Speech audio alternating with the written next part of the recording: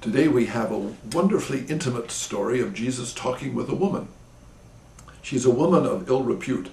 She comes to gather her water at noontime when the sun is right at its peak and everything is very terrible.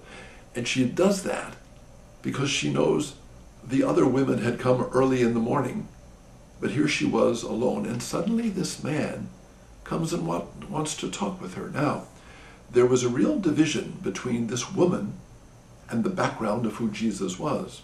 She was a Samaritan and Jesus was a Jew in connection with Jerusalem.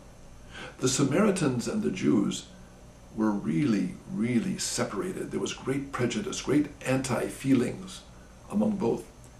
And time again we find Jesus making heroes of Samaritans, and here talking with this Samaritan woman. What was it about Samaritans? Well, it happened some 700 years before Jesus.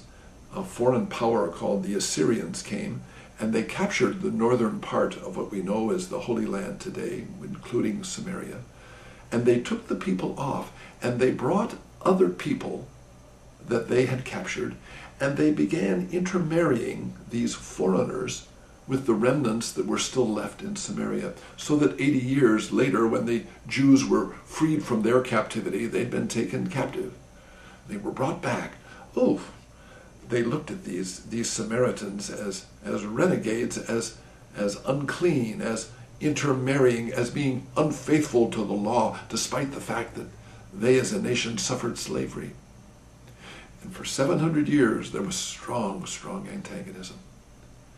The story of the dialogue of Jesus between the Samaritan woman and himself tells us our own story.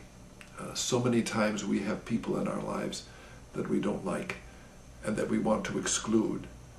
This could be on a religious level, it could be on a cultural level, it could be on a national level. We're always finding people that we want to put down. And Jesus goes against that feeling by going against what all Jews in his time should be doing. And he came and he talked with the woman. He cared for her.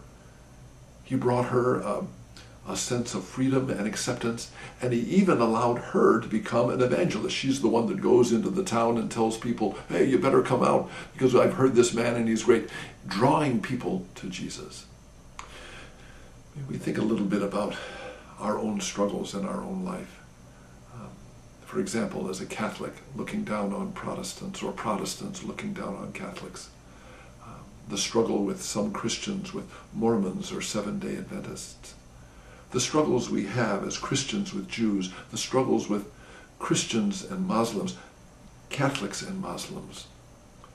And listen to this dialogue of Jesus and open our hearts to a greater sense of awareness that God loves all people and that God is much more accepting than we who are so restrictive of the people we like.